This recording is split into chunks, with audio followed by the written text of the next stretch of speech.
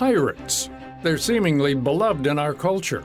Our children play with pirate-themed play sets. We read Treasure Island and watch Pirates of the Caribbean. We even have professional sports teams like the Pittsburgh Pirates and the Tampa Bay Buccaneers that people cheer on from their couches. For some reason, pirates hold a lot of cultural cachet and have long been a fairy tale-like fascination for American audiences. But why is that?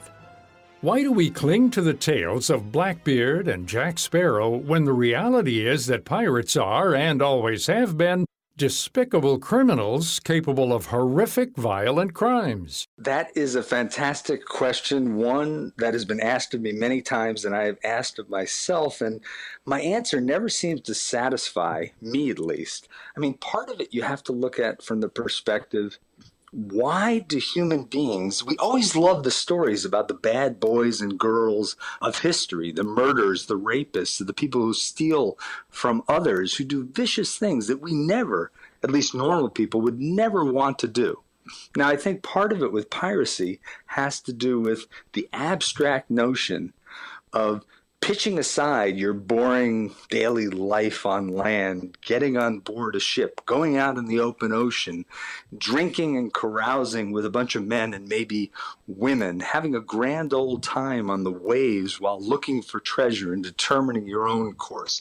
Now, in abstract, that sounds good to some people, I suppose. In reality, it was really a miserable existence. These were vile creatures. That's Eric Jay Dolin, author of Black Flags, Blue Waters, the epic history of America's most notorious pirates. His book covers the so-called Golden Age of piracy, which spanned from early colonial times to the pre-Revolutionary War era. In his book, Dolin reveals the true stories behind such legendary pirates as Blackbeard, Captain Henry Morgan, Captain Kidd, and one of the most vile pirates ever known, Edward Lowe. But what may surprise most listeners is that at first the colonists actually supported and encouraged piracy.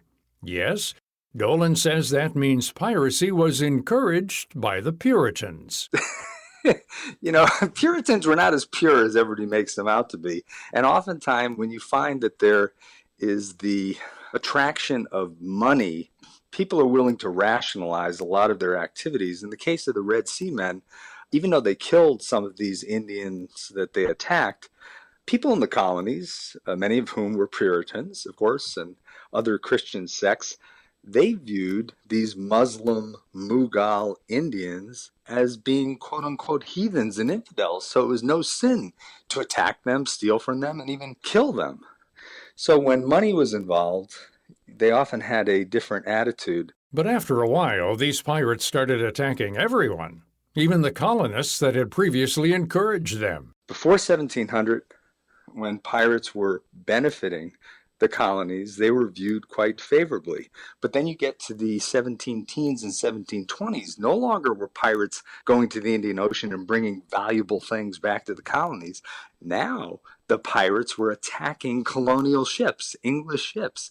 So they were affecting the colonial bottom line. And that's when the colonies turned on them and aligned themselves with the mother country. And basically this war against piracy is what essentially eradicated pirates by 1726. There were 68 pirates who were hanged in the colonies, and in the broader Atlantic basin, there were more than 400 pirates, and many more were killed in battles or otherwise disposed of. However, not all of the people who ended up becoming pirates had originally set out to be pirates in the first place.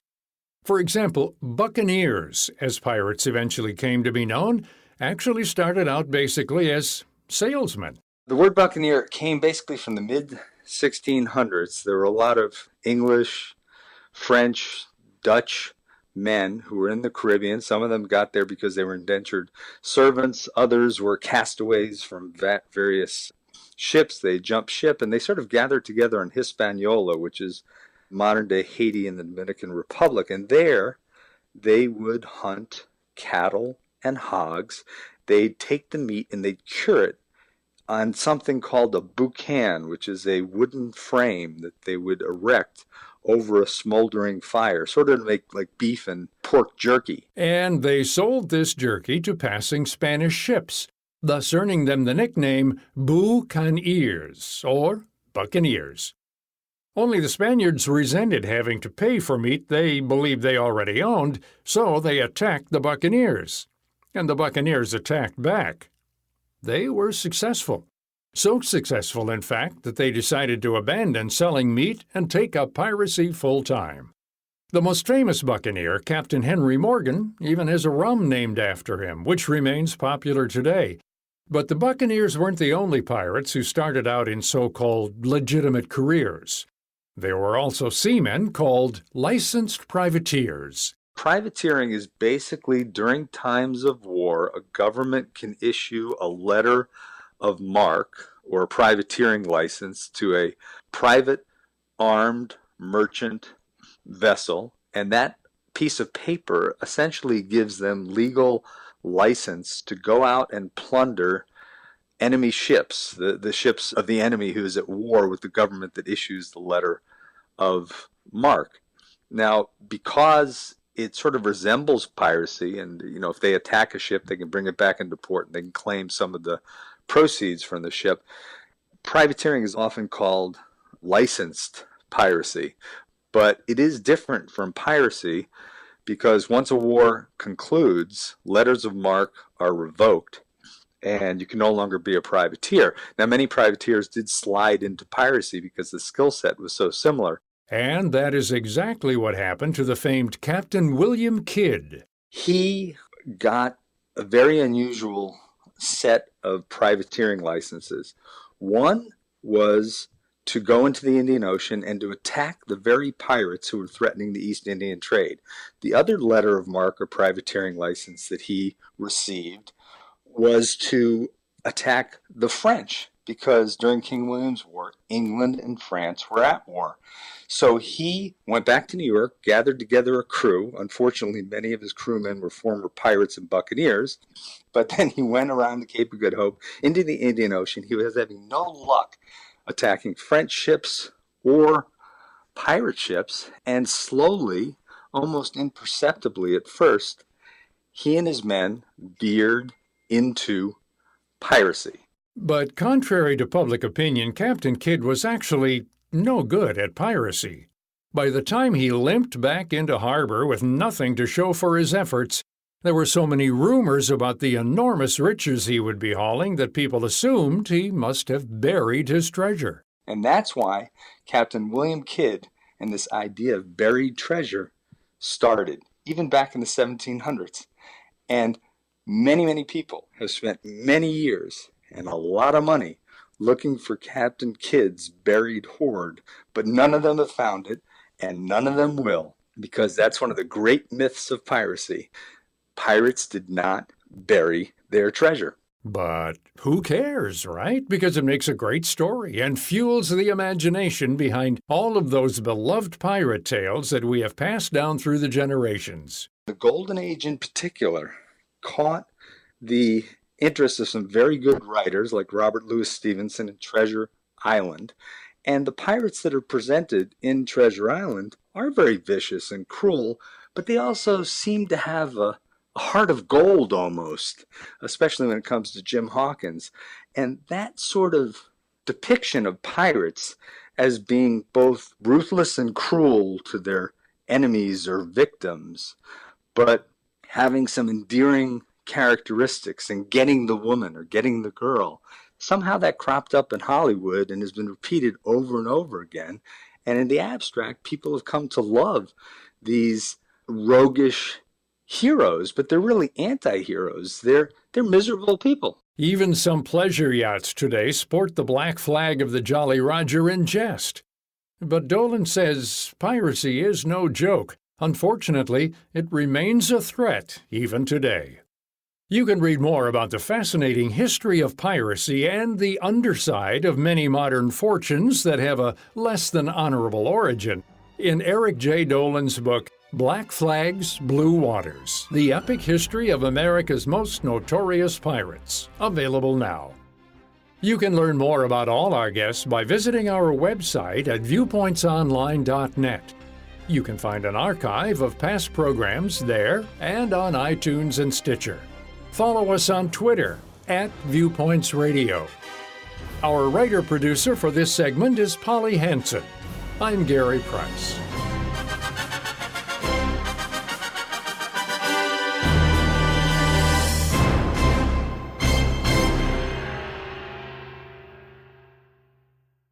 Individuals and businesses with tax problems, listen carefully. Do you feel like you're losing control of your finances? If you owe over $10,000 in back taxes or have unfiled tax returns, we can help you take back control. The IRS is the largest and most aggressive collection agency in the world, and they can seize your bank accounts, garnish your paycheck, close your business, and file criminal charges. Take control of your tax problem now by calling the experts at U.S. Tax Shield and take advantage of the Fresh Start program and new laws that may allow us to negotiate a settlement for the lowest amount possible. Our team of tax attorneys and enrolled agents can stop collections and get you protected so you can take control of your financial future. U.S. Tax Shield offers a price protection guaranteed quote to get you protected today. U.S. Tax Shield is A+ rated with the Better Business Bureau, so call now. 800-568-1647. That's 800-568-1647. U.S. Tax Shield. 800-568-1647. What are you going to do with your old car? You can try selling it, you could junk it, or you can donate it to Heritage for the Blind. Your car will be towed away for free and your donation is tax deductible. Just call 1-800-835-1478. Heritage for the Blind accepts cars, vans, trucks, and boats. It doesn't matter if your vehicle runs or not. It will be towed away for free, and you'll be supporting those that need help. Heritage for the Blind is a nonprofit organization that helps the visually impaired live fuller lives. Call right now to donate your car, and as a special thank you, you'll receive a free 3-day vacation voucher to over 50 locations. Call Heritage for the Blind right now. Call 1-800-835-1478. Donating is easy, and your vehicle is towed away for free. Plus, you'll get a free vacation voucher for donating. Call now, 1-800-835-1478. That's 1-800-835-1478. And that's Viewpoints for this week. Viewpoints is a production of MediaTrax Communications. You can follow us on Twitter and Facebook to learn about upcoming shows and find a library of past programs on iTunes. Plus, you'll always find podcasts of our segments and information about our guests at viewpointsonline.net. Join us again next week for your public affairs magazine, Viewpoints.